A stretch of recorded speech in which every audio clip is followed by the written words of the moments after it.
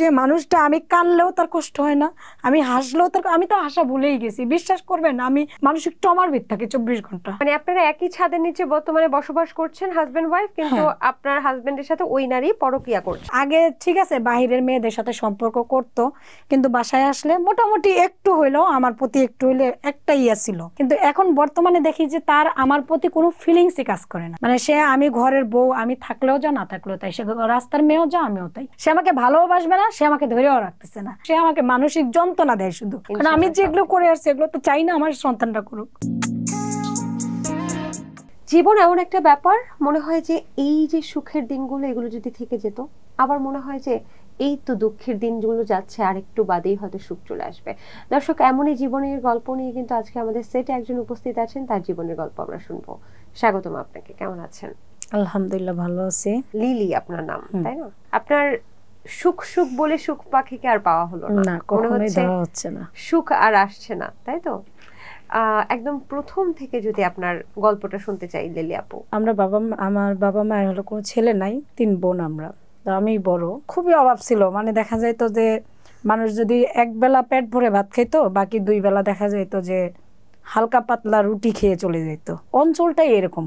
এখানে হলো আমার বাবাটা একটু অন্যরকম টাইপের, মানে কেমন, সে কোনো কষ্টের কাজ করবে না। মানে আমার চাচারা জেঠারা ধরেন বর্ষার সময় মাছ মারবে নৌকা দিয়ে, আপনার সিজনের সময় কাজ করবে, মানে যখন যে কাজটা হয়, ফ্যামিলি ভালো রাখতে 3 বেলা খাইতে যে কাজগুলো করতে হয় এগুলোই করে। আমার দাদার পৈতৃক কোনো সম্পত্তি আমার চাচারা বাপেরা পায় নাই। আমার বাবা মানে যে আমারে বিয়ে করার আগের থেকেই নাকি কোনো কাজ করতো না, মানে ওনার ভাইয়েরা কাজ করে আনতো, উনি শুয়ে বয়ে ঘুমায় খাইতো। ওই আমার চাচারা মাছ মারে আনতো, আমার দাদি বলতো রান্না করে থুয়ে দিছে, উনি বড়গুলো খায়া খায়া চলে গেছে, এরকম টাইপের ছিল। তো সবাই মনে করছে বিয়ে হলে ঠিক হয়ে যাবে। পরে বিয়ে করছে, করার পরে আমার আম্মা এমনও সময় না খেয়ে, মানে বেশিরভাগ না খেয়েই গেছে এরকম। তাহলে সেই সময়টা আসলে কিভাবে চলতেন? মানে কাজ করতো, দেখা যেত যে একদিন করছে, 2 দিন করছে, আবার কিছুদিন করে নাই এরকম। আর আমাদের ওইদিকে আবার একটা প্রভাত আছে, সেটা যার একটু বেশি সম্পত্তি আছে তার বাসায় একজন যে থাকে কাজ করে,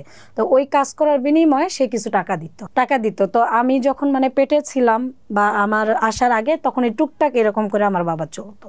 আমি হইলাম, হওয়ার পরেও অনেক কষ্ট করছে, আমার আম্মার মুখে শোনা যে সে খায় না খেয়ে গেছে। তো যখন আমি বড় হইলাম, আমার হাইস্ট কত 7-8 বছরে তো মোটামুটি একটু বুঝ আছে, তো আমি 7-8 বছর থেকেই কাজ করে খাইতাম। কেমন, ওটা আমাদের দেশের একটা রীতি চলে আসে, সেটা হলো আপনার ধানের সময় ধান লাগানোর যে চারাগুলো, এই চারাগুলো আমাদের উঠাইতে হয়। উঠাইলে দেখা যায় ওইটা আমরা এরকম করে আটি বান্ধে ওইটা একটা গণন দিলে ওই গণনের উপর আমাদের একটা টাকা আসে। তখন হলো টাকার তো মূল্য ছিল না তখন, 1 টাকা 8 আনা 4 আনা 12 আনা এগুলো চলতো। তো এইভাবে দেখা যেত ওখান থেকে যে কামাইটা আসতো। তো তখন আমি দেখতাম আমার বাবা এমনি সব দিক দিয়েই ভালো, আমাদের ভালোবাসতো, কিন্তু সে মানে বেশিরভাগ ঘুমাতে ভালোবাসতো।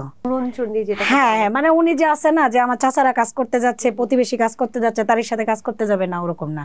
তো আমাদের ওখানে গম লাগাইতো মানুষে, সেই গম আমাদের প্রতিবেশীরা কাটতো, তো তার সাথে কখনো আমার বাবা যাইতো, যা হয়তো 2 দিন 4 দিন 5 দিন করতো, তাদের সাথে আমরা যাইতাম। আমি একা না, আমরা অনেকেই যাইতাম, যা এই গম আমরা কুটে আনতাম, টোকায় টোকায় নিয়ে আসতাম আমরা। নিয়ে আসে এগুলো আমার মায়েরা ধরেন প্রসেসিং করে এগুলো আমরা রুটি করে করে খাইতাম। আমরা ভাত মানে খুবই কম। ফেলে দেওয়া যে গম, ফেলে দেওয়া না, মানে একটা জমিতে প্রচুর পরিমাণ গম হয়েছে, তো ওগুলো ওই যে লোকগুলো দিয়ে কাটায়, তো এগুলো তো আমার বাচ্চা ছাড়া আত্মীয় স্বজন এরকম এরা একটা জোট হয় এই কাজগুলো করার জন্য। যখন এখন ধানের জন্য কিন্তু এরকম কাজ হয়, লেবার এরকম লেবার হয়, তো ওনাদের পিছে আমরা যেতাম। ওনারা যে কেটে কেটে চলে যাচ্ছে, ওনাদের পিছে আমরা ওনারা তো যেগুলো কাটছে এগুলো একটা আটি বান্ধে রেখে দেয়, তো আমরা ওর মাঝখান দিয়ে ডাটা, এতখানি ডাটা, ওই ডাটার মাঝখান দিয়ে আমরা এগুলো খুঁজতাম। খুঁজে খুঁজে এখান থেকে আমরা উঠাইয়া আমরা বস্তা নিয়ে যেতাম, এই বস্তা ভরে ভরে নিয়ে আসতাম। আমার আম্মারা এটা প্রসেসিং করে এইটা ভাঙায় নিয়ে এসে এইটা রুটি করে আমরা খাইতাম। তো আমার বাবা দেখা যেত সবার মতো একভাবে করতো না, কয়দিন করছে আর উনি করবে না, এটা বলতে গেলে হয়তো আম্মার সাথে ঝগড়া মারামারি এগুলো চলতো, চিল্লা এগুলো চলতো। অসুস্থ ছিলেন না, উনি মাশাআল্লাহ অনেক সুস্থ, উনি এখনো করবে না, উনি কিছু বলতেন না। এটা ভালো, তখন তো আমরা ছোট ছিলাম, এগুলো তো বলতে পারতাম না। আমারে বোকাবাজ্য করতো, চিল্লাইতো, তো ভয় তো দূরে থাকতাম, এগুলো বলতে পারতাম না।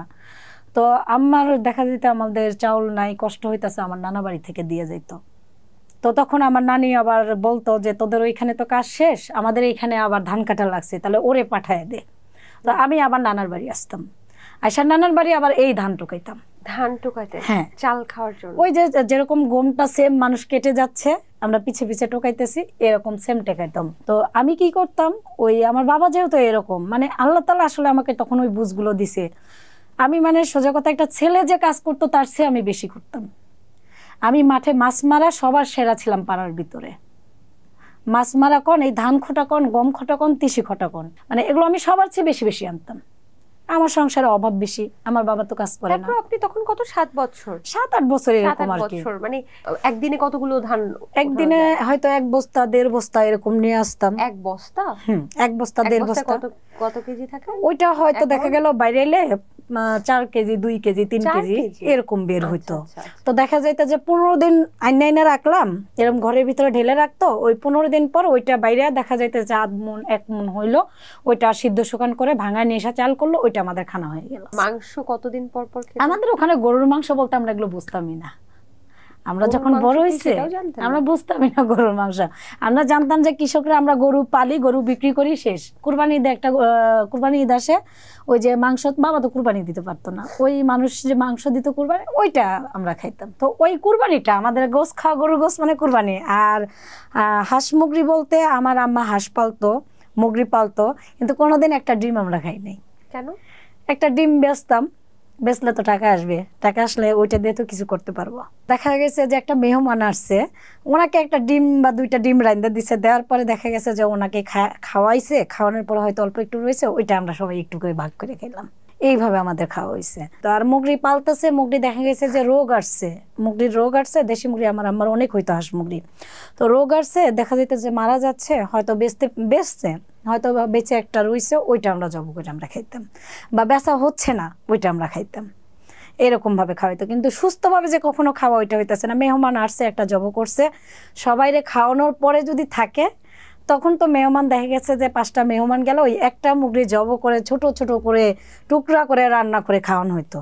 এখন তো মাশাআল্লাহ মানুষ অনেকটা আধুনিক হয়ে গেছে, এখন তো একটা মুগরি 1-2 জন খেয়ে ফেলায় এরকম। তো এইখান থেকে যাক, এই সবগুলো আমি আসলে কষ্ট মনে করি নাই। এই শৈশবটা আমি আনন্দ করে কাটাইছি, আমার এগুলো কখনো কষ্ট মনে হয়নি। আমাদের এমন হয়েছে আজকে আমাদের খাবার মতো চাউলই নাই, হয়তো অল্প আমার আম্মা একজনের থেকে নিয়ে আসছে, ওইটা রাতে রান্না করছি, রান্না করে সবাই মোটামুটি ফুল পেটে খাইছে। আমার আম্মা হয়তো ফুল পেটটা খুব কম খাইতো, যে আমাদের জন্য খুব কম খাইতো। আর একটা জিনিস বলি, এখানে অভাব জিনিসটা মানুষকে মানে সংসারটার ভিতরে মানে খুব খারাপ একটা ব্যবহারে নিয়ে আসে। সেটা হলো আমার আম্মা, যে আমার বাবা কাজ করতো না, তো আমার আম্মার মানে রাগ উঠতো, মেন্টালি সমস্যা, রাগ হইতো যে কাজ করে না, স্বাভাবিক এগুলো। যখন একটা সংসারে যখন সুখ না থাকে, তখন দেখা যায় যে আমার আম্মা টেনশন করতো যে আজকে কি খাবে, রাতে কি খাবে, বা সকালে কি খাবে, বা কালকে কি করবো, আজকে চাউল নাই, বাবা বাজার করতেছে না, বাবা কাজ করতেছে না, বা হচ্ছে। তো এগুলো নিয়ে আমার একটা মন খারাপ থাকতো। তো আমি এত কাজ করার পরে প্রচুর মায়ের খাইছি।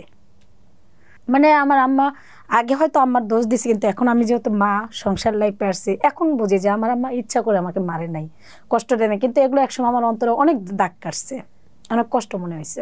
সব কষ্টের থেকে বড় কষ্ট নাকি ক্ষুধার কষ্ট? ক্ষুধার কষ্ট এমনও হয়েছে, এমনও সময় আমাদের গেছে বাসায় কিছুই নেই। আমার আম্মা না খেয়ে রয়েছে, আমিও না খেয়ে রয়েছি, আমার আব্বা হয়তো কোথাও চলে গেছে। তো আমার যে ওই যে খালার কথা বললাম, ওনারা মাশাআল্লাহ ভালো চলতো, ওনাদের জমি জমা ছিল, আমার খালু কাজ কাম করতো। তো সুযোগে ওই পাড়া চলে যাইতাম, মানে ক্ষুধা লাগছে, কুলাইতে পারতেছি না, কুলাইতে পারতেছি না। তো দেখতাম যে খালা আছে কি না, যখন দেখতাম যে না খালা মাঠে আছে, মানে খোলাতে আছে, তো আস্তে আস্তে চলে যেতাম তাদের রুমে, যাইয়া দেখতাম ভাত তরকারি আছে কিনা। তো দেখা যেত যে রান্না করা ভাত তরকারি আছে, তো এমন ভাবে নিতাম যাতে খালা বুঝতে না পারে। চুরি করে খেতে? মানে এরকম, মানে খিদার ইয়াতে এরকম আমি অনেকবার করছি। ক্ষুধা লাগলে কেমন লাগে? প্রচন্ড খিদা লাগলে কেমন লাগে এটা কি বুঝাবো, যে বললামই তো যে আমি এমন ভাবে লুকায় যে আমার খালার বাড়িতে খেয়ে আসছি, খিদা যখন সহ্য করতে না পারছি, যখন সহ্য করতে মানে এতটা খিদে লাগছে যে বলার মতো না। আর জামা কাপড়ের কথা তো কি বলবো, অনেক কষ্ট করছি। মানুষ আর দিবে কেউ, ওখানে দেওয়ার মতো ওরকম কেউ ছিল না জামা কাপড়। ওই কষ্ট করে এক ধরনের পিছলা কাপড় ছিল, এখন তো ওই কাপড় আমরা চোখেই দেখি না, পিছলা টাইপের একটা কাপড় ছিল, গরমের সময় ঘামাচি উঠে যেত, ওই কাপড়ের গরমে। ওগুলো দিয়ে দিয়ে হলো জামা বানিয়ে দিত, ওগুলো দিয়ে প্যান্ট পরে দিত। সে প্যান্টও ছিঁড়ে জামা ছিঁড়ে একদম অন্যরকম হয়ে যেত, তাও নিতে পারতাম না, নেওয়ার মতো সামর্থ্য। ঈদে জামা পেতেন না? আমরা ঈদ বলতে বুঝতাম কি যে ঈদ আসছে। আমার বাবা মা কখনো বলতে পারবে না যে আমার মেয়ে কখনো কোনো জিনিসের লেগে কান্না করছে যে আমাকে একটা জামা দাও বা একটা কিছু দাও বা এই জিনিসটা আমারে দাও, কখনো আমার বাবা মা এটা আমাকে বলতে পারবে না। জুতা খালি পায়ে কত থাকছি আমরা, কত থাকছি খালি পায়ে, কোনো জুতা মানে ওগুলো আসলে ইয়া করাই যায় না। আর ঈদ মানে এটাই, দাদার গাছের নারকেল ছিল, হয়তো একটু খোলা সেমাই নিয়ে আসছে, মুগড়ি ছিল, হাঁস ছিল, হয়তো দেখে দেখে ছোট আম্মা যেটা ওইটা হয়তো জব করতো, এরাই চলে যেত এরকম। মানে অভাবটা থাকলে কি হবে, আল্লাহর দেওয়া একটা স্বাস্থ্য পাইছি। মানে ছোট থেকেই মোটা সোটা ছিলাম, ফর্সা ছিলাম, সবাই অনেক পছন্দ করতো, আদর করতো। আচ্ছা। তো এইটা নিয়ে মানে সবাই বলতো লিলি কত বড় হয়ে গেছে, আমরা একটু দেখবো, একটু আসেন আপনারা, এরকম বলতো। ছোট থাকতে চলে আসছে বাবা মা, তো ওখানে আর যাওয়া হচ্ছিল না। তো পরে আম্মা পরে হলো মানে আমার নানার বাড়ি এসে কুরবানির গোশ দিয়ে পিঠা মিঠা কম বেশি, ওই যে পুলি পিঠা আরো 2-3 পদের পিঠা মিঠা বানাইয়া পাঠাই দিল ওনাদের বাসায় আমাকে রেখে। হ্যাঁ, আমার শোয়ের বাড়িতে রেখে চলে আসলো। তো আমি ওখানে মানে খুব ভালো লাগতেছিল আমার, মানে ওদের দালা নালা 2টা ঘর, আমরা জীবনে যেগুলো কল্পনা করি চোখে দেখি। ঘর কেমন ছিল? আমাদের মাটির ঘর। আমার শোয়ের খালাতো বোনের বিয়ে, তো এই কারণে আমাকে আসতে দিবে না। ওখানে বিয়ে শুরু হইলো, তো আমার শোয়ের ওই খালার বাসায় আমরা সবাই চলে গেলাম। তো এটা আরো একটু দূরে যায়, দেখে ওনারা তো সবাই বড়লোক মোটামুটি, মানে ওই দেশের একটা গৃহস্থ বড়লোক, ভালো চলে। বিয়েতে 3 দিন 4 দিন আমরা থাকলাম, মাশাআল্লাহ খুব ভালো। ওনারা গরু টরু মেরে বিয়ে দিছে, এগুলো আমাদের কোনো কল্পনা, আমাদের গ্রামে তো এরকম কখনোই হয় না, গরু মেরে বিয়ে দেওয়া, এগুলো আমরা কখনোই দেখি নাই। সোফা থেকে শুরু করে যত ফার্নিচার লাগে, ওই দেশে বগুড়ার ওই সাইডটা মানে তারা যৌতুক নেয় প্রচুর প্রচুর, যৌতুক ছাড়া এরা কিছু বোঝে না। এদের কাছে একটা মেয়ে দেওয়া মানে এদের টাকার বস্তা দিতে হবে। তো ওই যে অনেক কিছু দিচ্ছে না, দেওয়ার পরে ওরা বিয়ে টেয়ে গেছে। তো ওই যে ছেলের সাথে আমার বান্ধবীর খালাতো বোনের বিয়ে হয়েছে, এই ছেলের আবার চাচাতো ভাই, চাচারা মানে আমার শোয়ের বাবাকে ধরছে আমার ছেলেকে একটা এরকম মানে লোভে, যে উনি বিয়ে দিয়েছে ঘটকালি করে, তাহলে তো উনি যেহেতু এতগুলো জিনিস দিছে, তাহলে তো ওনার মাধ্যমে যদি আমার ছেলেকে বিয়ে করাই তাহলে তো আমরাও এরকম জিনিস পাবো। আচ্ছা, মানে জিনিসটা এরকম। পরে আমি এখন আমার মানে আমার ব্রেন কাটা এখন বুঝি যে এই জিনিসটা এরকম ছিল, তখন আসলে এগুলো বুঝি নাই। তো ওনারা আমাকে দেখে পছন্দ করছে, তো তখন আমার বান্ধবীর বাবাকে ধরছে। তো আমার বান্ধবী বাবা বলছে ঠিক আছে দেখি, আমাকে ওই ছেলের পক্ষ থেকে দেখতে আসলো। দেখানোর পরে ওইখানে কথাবার্তা হইলো। তো আমার শোয়ের বাবা বলল কি আমি মেয়েকে একটা চেন দেব। আচ্ছা, আপনার বান্ধবীর বাবা? হ্যাঁ বললো। আর আমার বাবার বাড়িতে কি দেবে, ঘর সাজানো জিনিস দেবে। এরকম একটা কথাবার্তা হয়ে আমি বাড়িতে চলে আসলাম। তো ওই টাইমে 10 কেজি গরুর গোস্ত, পোলাওর চাল এগুলো হয় না, আমার বাবারা এগুলো কইরা ওই ছেলের বাড়ি থেকে মাইকো টাইকো নিয়ে আসছে, আইনা বিয়ে করে নিয়ে গেল। তো ছেলের বাড়ি থেকে আমাকে কিছুই দেয়। তখন তো আপনার 12 বছর বয়স। হ্যাঁ, এই বয়সে আপনার বিয়ে হয়েছে? এই বয়সেই, মানে বাল্য বিবাহ? হ্যাঁ, এই বয়সে। আর আমাদের এখনো এরকম 12-13-র ভিতরেই এখনো বিয়ে চলতেছে আমাদের ওইদিকে।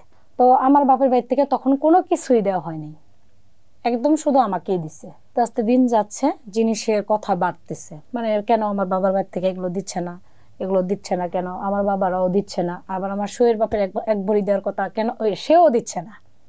মানে এই দিচ্ছি বলতে দেওয়ার উপরেই রয়েছে। তো যাই হোক, এগুলো নিয়ে আমার ওখানে কিছুদিন কাটলো।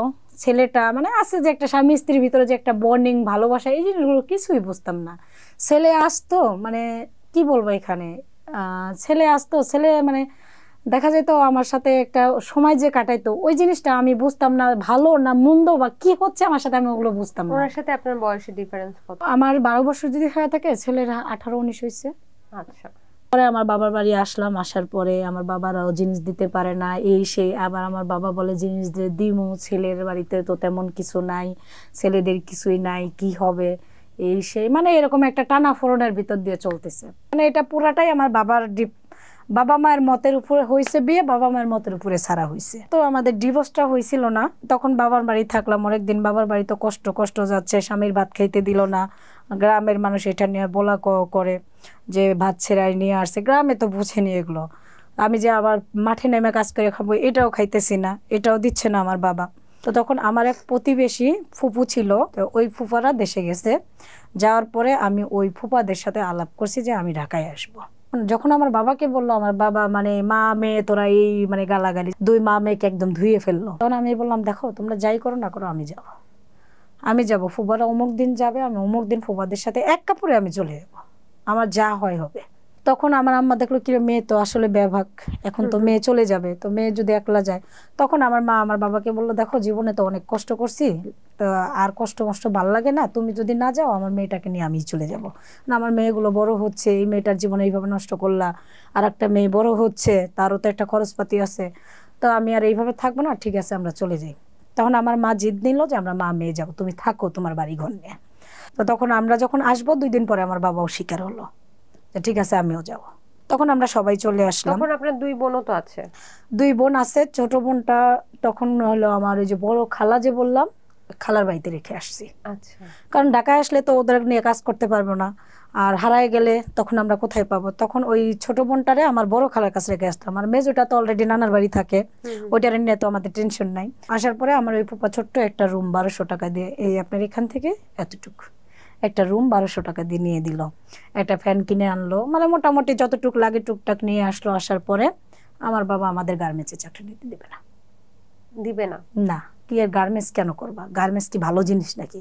তখন আমার ওই ফুপা যে চাকরি করে গার্ডের, উনি যে ওই সুতার ফ্যাক্টরিতে কাজ করে, তো ওই যে গাড়ি চালায় যে ড্রাইভার, ওনার একটা হেল্পার দরকার। তো তখন আমার ফুপা বললো যে দেখ তাহলে তুই এইখানে কাজটা নে। আপনি না, আমার বাবাকে বললো আচ্ছা যে তুই এখানে কাজটা নে। তা আমার বাবা বললো কি ঠিক আছে। তা আমার বাবা ওইখানে কাজ নিল, নিয়ে আমার বাবা দেখা গেল যে একদিন গেলে 3 দিন আর আসতো না, মানে বিভিন্ন জায়গায় জায়গায় এই সুতা দিয়ে আসতো, বিভিন্ন জেলায় জেলায় যাইতো, সুতা দিয়ে আসতো। তো 3 দিন 4 দিন আমার বাবা বাড়িতে আসতো না, তো আমরা মা মেয়ে বসেই থাকতাম। এরকম থাকতেছি, বসে থাকতেছি, কিন্তু অভাবটা তো আমাদের যাচ্ছে না। এটা বুঝটুস নিলাম, নেওয়ার পরে বললাম যে মা এইভাবে তো বসে থেকে হবে না, তাহলে আমরা একটা চাকরি বাকরি করি, চাকরি বাকরি নেই। তো ওখানে সুতা কাটার কাজ নিলাম, কত বেতন 700 না 800 টাকা বেতন মনে হয়। তো আমি খুব দ্রুত মেশিন চালান শিখে গেলাম। মানে আমার সবসময় একটা জিনিস ছিল কি, আমার শিখতে হবে, আমার টাকা কামাই করতে হবে, আমার এই অভাব থেকে মুক্তি নিতে হবে, মানে এই জিনিসটা আমার এই ছোট থেকেই ছিল। কারণ এই জন্য আমি সব কাজে সবার চেয়ে ভালো করতাম। তো যাক এরকম, তো এইখানে আমি খুব দ্রুত মেশিন চালানো শিখে গেলাম। শেখার পরে আমার 1200 টাকা বেতন হয়ে গেল। এই চাকরির টাকাটা পুরোটা এনে আমার আম্মার হাতে দিতাম। আমার যে নিজের একটা লাইফ আছে এটা আমি কখনো চিন্তা করিনি। আম্মারে বলতাম কি মা আমি তো লেখাপড়া করতে পারি না, আমি তো কষ্ট করছি, আমার বোন দুটারে লেখাপড়া করো। টাকার লেগে তো আমি ভাত খেতে পারি নাই, জিনিসের লেগে আমার বোন দুটার জন্য এই কষ্ট না হয়, আমার বোন দুটাকে আমি মানুষ করব। আপনার বাবা কি ওই কাজটা করছিলেন? এটা করতে করতে কিছুদিন পরে আমার বাবা ওইটা আর করবে না। না, ঝগড়াঝাটি হইতো, আমরা যে একটা টাকাটা কামাই করে নিয়ে আসতাম, দেখা যেত আমার বাবা ওই টাকাটা নিয়ে দেশে চলে গেছে। তো তখন আমি মাকে বললাম যে দেখো বাবা যেরকম করতেছে এইভাবে তো লাইফ চলবে না, আমি যে টাকাটা কামাই করি না তোমাদের দেই, তোমরা যদি এইভাবেই পুরা ফেলাও। ওই যে ঋণ যে করছিলাম, ঋণটা আগে শোধ করলাম। আচ্ছা, বাবার সব ঋণ, চাকরি করে বাবার ঋণ সব শোধ করে দিলাম। শোধ করে দিয়ে বাবা এর ভিতরে গাড়ি চালান বাদ দিয়ে কি করবো, অনেকদিন ওই যে বাড়িতে গেল, ঘুরে ফিরে খাইলো আইলো। তোতে বাবা কইলো আমি কি পেঁয়াজু আলুর চপ বেগুনের এগুলোর দোকান দেবো। এগুলো ঠিক আছে দাও, এগুলোর একটা দোকান দিল। মাশাআল্লাহ অনেক ভালো চলতেছিল এই দোকানটা। আমার আম্মাও হাত দিত এটাতে, আম্মা আব্বা দুইজনই এটা করতো, আর আমি একটা চাকরি করতাম। তো মোটামুটি ওখান থেকে আমাদের দিন 2015 এরকম থাকতো দিনে। হ্যাঁ, খুব ভালো একটা কামাই হইতেছিল। হঠাৎ করে আমার বাবা আবার চিল্লাচিল্লি শুরু করে, কেন করবে না সে কাজ, ভালো লাগে না, বাড়িতে যাবে। এগুলো নিয়ে আমি আমার আম্মার সাথে কথাবার্তা বললা, তখন আমি আমার আম্মারে বললাম যে এইবার আমি বেতন পাইলে তোমাদের সাথে আমি আর থাকবো না। তো তখন আমি বেতন পাইছি, বেতন পাইয়া ওই বেতনটা আমার আম্মারে দিইনি, না দিয়ে ওই বেতনটা সহকারে আমি কিছু কাপড় চোপড় নিয়ে আমি ওই আপার বাসায় চলে আসছি। ঢাকাই আছি, মানে 1 গলি পর আর কি। তখন ওই বাসায় আমার বাপ মা খুঁজতে আসছে। খুঁজতে এসে আমার বাবা বলতেছে তুই এখানে আসলি কেন, মানে রাগ হইয়া গালাগালি করতেছে, তুই এখানে আসলি।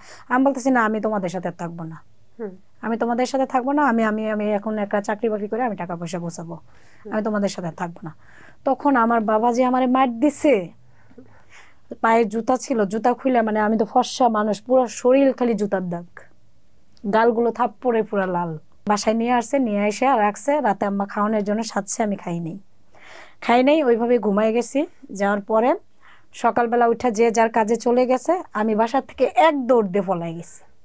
কোথায় গেছেন? কোথায় যে গাড়িতে এসে কোথায় নামছি আমি সঠিক জানি না। তখন হলো প্রায় বিকেল হয়ে গেছে, আমি বসে কান্না করতেছি।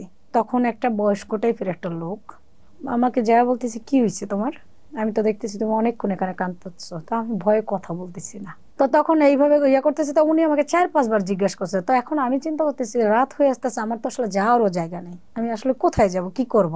তো তখন আমি ওই লোকটারে বলতেছি আমি তো বাড়ি থেকে রাগ করে বাসার থেকে চলে আসছি, তো এই জন্য কান্না করতেছি, তো আমার যাওয়ার জায়গা নেই। তখন উনি বলতেছে তো তুমি আমার সাথে চলো। আমি ওনার সাথে গেছি, উনি একটা রিক্সা নিচ্ছে, নিয়ে উনি গেল। তো ওনার ওয়াইফরে উনি বললো যে এই কথা এমন এমন। তো ওনার ওয়াইফ বলতেছে কেন তুমি রাগ করে আসছো, তুমি যদি খারাপ মানুষের হাতে পড়তো তোমাকে বিছে দিত, তোমাকে খারাপ জায়গায় নিয়ে যাইতো, বাবা মায়ের পর কেন রাগ করছো। উনি আমাকে মাশাআল্লাহ বুঝাইতেছে বুঝাইতেছে। তো তখন আমি ওনাকে সব ভাঙিয়ে বললাম। বলার পরে তাহলে বলতেছে যে আচ্ছা ঠিক আছে চলো তোমাকে আমি নিয়ে যা রেখে আসি। আমি বলতেছি না আমি আর যাবোই না। তাহলে তুমি কি করবা? আমি কই আমাকে যে কোনো একটা কাজ দেন আমি কাজ করব। তা তুমি লেখাপড়া জানো? তা আমি বললাম না আমি লেখাপড়াটা ওইভাবে জানি না, হালকা পাতলা জানি। তো বলে তাহলে তুমি আমার এখানে থাকো, আমার টুকটাক কাজ আমার সাথে করো, আর আমার মেয়েদের সাথে পড়ো তুমি। তো ওনার বাসায় মোটামুটি আমি অনেক কাজই করতাম। একটা মানুষ তো এমনি খাইতে দিব না, থাকতে মানে দিব না। আপনাকে অনেকটা কাজের মেয়ের মতোই রেখেছে। হ্যাঁ, কিন্তু ওনার মেয়েদের সাথে আমাকে পড়তে দিত, পড়তে দিত, আর খারাপ ব্যবহার করতো না, যেটা একটা মানুষ করতো না এটা না। মানে উনি বলতেছে যে আমি তোমার বড় বোনের মতো, তাহলে ওটা দুলাভাই হয়ে গেল, তাহলে ওনার ছেলে মেয়ে তো আমার, আমি আমার খালা ও আন্টি আপনার এরকম। ভাগ্নি, হ্যাঁ হ্যাঁ এরকম। তো ওই হিসাব করে তখন ওই মেয়েটা আমাকে বলতেছে যে দেখো তুমি যদি এইভাবে থাকো তোমাকে এইভাবেই রেখে দিবে। রেস্টুরেন্টে যাই, ওনার ম্যানেজারের সাথে আমার খুব ভালো পরিচয় আছে, তো তুমি যদি চাও ওনাদের একটা হলো ওই যে বাচ্চা সামলানোর জন্য যে খেলার যে সাইডটা থাকে, হ্যাঁ এটা লাগবে। তোমার খাওয়ান দিবে এবং তোমার হলো রাতের খাবার দিবে আর দুপুরের খাবার দিবে, সকালের খাবারটা দিবে না, তোমার হলো স্যালারি দিবে। তখন উনি আবার একটা বাসা আমাকে ঠিক করে দিল ওনার রিলেটিভের ভিতরে। তো আমি ওইখানে সুন্দর, ওখানে শুধু একটা সিগনেচার দিয়ে নামটা প্রেজেন্ট দিতে হইতো, ওখানে থাকতাম, ওখানে খুবই ভালোভাবে থাকলাম। থাকতে থাকতে আমার একটা কত টাকা বেতন ছিল? ওখানে 6,000 টাকা বেতন পেতাম। আচ্ছা। তো ওখানে আমার একটা লোকের সাথে সম্পর্ক হয়ে গেছে। ওই লোকটা অনেক বড় লোক, গাড়ি নিয়ে আসতো, আসে হলো ওই তোমার খাবার টাবার খাইতো, তো আমার সাথে একটু একটু করে কথা বলতে বলতে আমার সাথে ভালো একটা সম্পর্ক মানে হয়ে উনি গেছে। কি কাস্টমার ছিলেন? হ্যাঁ কাস্টমার। এখানে ওনারা প্রচুর টাকা লেনদেন করতো। তো তাই এখানে আমাকে হেল্পিং হিসাবে রেখে দিল যে আমি দিনে চাকরি করি, রাতে যে সময়টা ওনারা থাকবে ওই সময়টা ওনাদের চাটা দেবো এগুলো। তো উনি আমাকে বিয়ে করবে, উনি আমাকে বিয়ে করার কথা বলে। তো আমি সব ভাঙিয়ে চুরে বলি দেখেন আমার লাইফে এরকম এরকম আছে। তো বলে তাহলে তুমি তোমার বাবা মার কাছে যাও, যা দেখা করে পরে আবার আসো তুমি। তো ওনার ওয়াইফ আছে না, মানে দ্বিতীয় বিয়ে আপনাকে করবে? হ্যাঁ ওনার ওয়াইফ এক্সিস্টিং আছে? আছে। আর মেয়ে কত বড়? মেয়েটা মনে হয় 5-6 বছরে। মানে উনি বলতেছে ওনার ওয়াইফের আর বাচ্চা হবে না, ওনাদের লাইফে অনেক কিছু আছে। তো আমি আমার বাবা মার কাছে গেলাম, অলরেডি আমি তখন অনেক দিনই তো হয়েছিল, আমি 50,000 টাকা নগদ গুছাইছিলাম আর এই গহনা কিছু করছিলাম। এর মধ্যে আপনার বাবা মার সাথে দেখা? কারোর সাথে আমি যোগাযোগ করিনি। আপনার বাবা মা তো পাগল হয়ে যাওয়ার হ্যাঁ কথা। আমি কারোর সাথে যোগাযোগ করি নাই। এবং আমার মা, আমি যে যখন থেকে গেছি তখন থেকে আমার মা ওই বাসাও চেঞ্জ করে নাই, ওখান থেকে সরেও নাই, যা ফিরে আসবেন, ফিরে আসবো আমি, এই আশায় আমার মা কখনো যায় নাই। তো যাক অনেক কিছু কান্নাকাটি করে টুরে যাক বাবা মাকে আমি সব বুঝে বললাম যে এরম এরম এই কথা। কত বছর পর ফিরে আসলেন বাসায়? আমি প্রায় কত 1.5 বছর এরকমই হবে। তারপর তো ওইখানে তা আমার বাবা মা বললো আচ্ছা ঠিক আছে যদি তুমি ওখানে থেকে ভালো পাও তাহলে ওখানেই চলে যাও। তো আমি ওখানে ঘুরে চলে গেলাম। যাওয়ার কিছুদিন পরেই ওনাদের পুলিশে রেড দিছিল। তখন আমি বুঝতে পারলাম যে এটা ওনারা 2 নাম্বারই কাজ করতো। লোকটা আপনাকে বিয়ে করতে চাইলো, বা আপনি তো আসলে একটা সম্পর্কের পবিত্রতা নিয়েই আগাতে চাচ্ছিলেন, বা তিনিও চাচ্ছিলেন, এর মধ্যে আপনাকে উনি শুধু কি অফিসের বেতনটাই দিত নাকি উনি বাড়তি টাকাও আপনাকে দিত? বাড়তি টাকা বলতে আমাকে একটু কাপড় চোপড় কিনে এরকম দিত আর কি। আচ্ছা, ওনার সাথে আপনার সম্পর্কটা কেমন ছিল? এটা কি মানে আপনাদের কি শারীরিক সম্পর্কও হয়েছিল, এরকম সম্পর্ক ছিল? শারীরিক সম্পর্ক হ্যাঁ 2 বার হয়েছিল, 2 বার হয়েছিল এরকম। তারপরে আমি একটু শুনতে। তো ওখানে আমাকে আবার চাকরিতে ঢুকাই দিল আমার মা। দেওয়ার পরে এর ভিতরে চাকরি মানে 2-3 মাস যাই করলাম, করার পরে আমার আর চাকরি করতে ভালো লাগলো না। পরে আমি ওইখান থেকে আবার ফিরে চলে আসলাম। তাই আমি সিদ্ধান্ত নিয়েছি আমি বাইরে চলে যাব, যেহেতু টাকা তাই যেহেতু লাইফে সব, আমি দেশের বাইরে চলে যাব। কই আমি ধরেন পাসপোর্ট বানাইলাম। এই পাসপোর্ট বানাইতে যে আমার যে বর্তমান হাজবেন্ড এনার সাথে আমার পরিচয়টা। আচ্ছা, উনি কি মানে পাসপোর্ট অফিসে জব করতেন বাইরে? না, উনি এয়ারলাইন্স নিয়ে কাজ করে, ওনার অফিস আছে। আমার হাজবেন্ডের সাথে পরিচয় হলো, পরিচয় হওয়ার পরে তখন বিয়ে শাদীর একটা কথা আসলো, কারণ আমি তো আগের থেকেই চাচ্ছি যে বিয়ে শাদী করার, আমার একটা মন হয়েছে। তো যে যখন কথাবার্তা হইতে থাকলো, তো তখন চিন্তা ভাবনা করলাম যদি বিয়ে শাদী হয়, ছেলেও তো ভালো দেখতেছি, বয়স তো সেম ইয়ার প্রায়, তো ছেলেটা মোটামুটি কথাবার্তা বলতেছি ভালো আছে, ভালো দেখতেছি, তো তাহলে তো এখানে আর বিদেশ যাওয়ার প্রয়োজন নাই, তাহলে দেখি বিয়ে শাদী করে ফেলে। ছেলেও রাজি, আমিও রাজি, বিয়ে হয়ে গেল আমাদের বিয়েটা। মানে আমি যেভাবে বলছি ছেলেটা এইভাবেই শুনছে কথা। তো ছেলেকে যা বললাম যে তোমার কোনো পাস আছে কিনা, ছেলে একদম না স্বীকার গেল, বললো না আমার কোনো সমস্যা নাই। তো আমার যে হয়েছে এটা তোমার কোনো প্রবলেম আছে, বলে না আমার কোনো প্রবলেম নেই। মানে উনি অবিবাহিত বলেছেন আপনার কাছে, তাই তো? আচ্ছা, তারপর কি হলো? তো ওইখানে যাক বিয়েটা আমাদের পড়াইয়া দিল, রেজিস্ট্রি করলাম, করে ওখান থেকে মিষ্টি খাওয়াই দিল দেয়া। পরে ছেলের বাসায় আমাকে নিয়ে গেল। মানে উনি ব্যাচেলার হিসেবে থাকে তো, গ্যাস নেই, হোটেলে খায়। আমার হাজবেন্ড বললো যে বাড়িয়ালি যেহেতু মিষ্টি নিয়ে গেছে, সকালে আমি বলে গেছি বিয়ে করে আসবো, তাহলে ওনারা হয়তো খাবার টাবার কিছু দিয়ে যাবে, তাহলে আমি ফ্রেশ হই, তুমিও ফ্রেশ হও। তো ফ্রেশ হলাম, ফ্রেশ হওয়ার পরে না বাড়িয়ালি আর আসছে না, আর আসছে না, খিদেও লেগে গেছে। পরে আমি বলি দেখো বাড়িয়ালি আর আসবে না। এবং কি আমাদের বিয়ের মিষ্টি আমরাও খাইতে পারি নাই, বাড়িয়ালি পুরা কার্টুন ধরে নিয়ে গেছে। আরে বাড়িওয়ালি রে, পুরা কার্টুন ধরে নিয়ে গেছে। তখন উনি আমি বললাম দেখো বাড়িয়ালি আর আসবে না, তুমি খাবার কিনে নিয়ে আসো। ছেলে সকালে রেখা যাইতো 10টা-11টা বাজে, রেখা যাইতো রাইতের 12টা-1টা বাজে আসতো। কি কাজ করো তোমার রাইতের 12টা-1টা বাজে কেন? 1 দিন 2 দিন 3 দিন এরকম যাচ্ছে। ওমা ছেলে একদিন মদ খেয়ে আসছে। বা আমি নতুন বউ, আমরা স্বামী স্ত্রী নতুন, আমাদের যে একটা মিল মহব্বত ভালোবাসা, এই জিনিসগুলো না ওইরকম ভাবে ওই ছেলের ভিতরে নাই। এমনি মায়া করতেছে, এমনি আইসা জিগাইবো খাইছো কি না, খাওয়াই দিতেছে, ইয়ে করতেছে। তো এই ভালোবাসায় আমি পাগল হয়ে গেছি, ঠিক আছে? তো এরকম তো আস্তে আস্তে জিগাই। মানে আপনার তো কেয়ার করতেছে, তাহলে কি ধরনের মানে কিসের অভাব ছিল? মানে সে খাবারটা দিতেছে বাট আমার হাতে কোনো টাকা এনে দিচ্ছে না, সংসারে কোনো জিনিস সে কিনতেছে না। আর তুমি কি করো এখনো আমার কাছে ক্লিয়ার বলো না। তো তুমি আসো রাতে 12টা-1টা বাজে, আমি ফ্ল্যাট নিয়ে কি করব? আমার একটা খাট নাই, আমার একটা জিনিসপাতি নাই। তো এগুলো দিয়ে আমি একটা ফ্ল্যাট দিয়ে কি করবো? আমি 1 রুমের বাসা নেই। মানে আমি সব সময়ের জন্য একটা হিসেবে চলতাম, আমি কখনো ব্যয় হিসেবে চলি না। আপনি তো অভাবটা দেখে। হ্যাঁ, তো আমি বললাম যে 1 রুমের বাসা নাও, সে নিবে না। তো তা যাই হোক জোর করে বুঝা টুজা নিয়ে বাসা দেখা ধরলাম।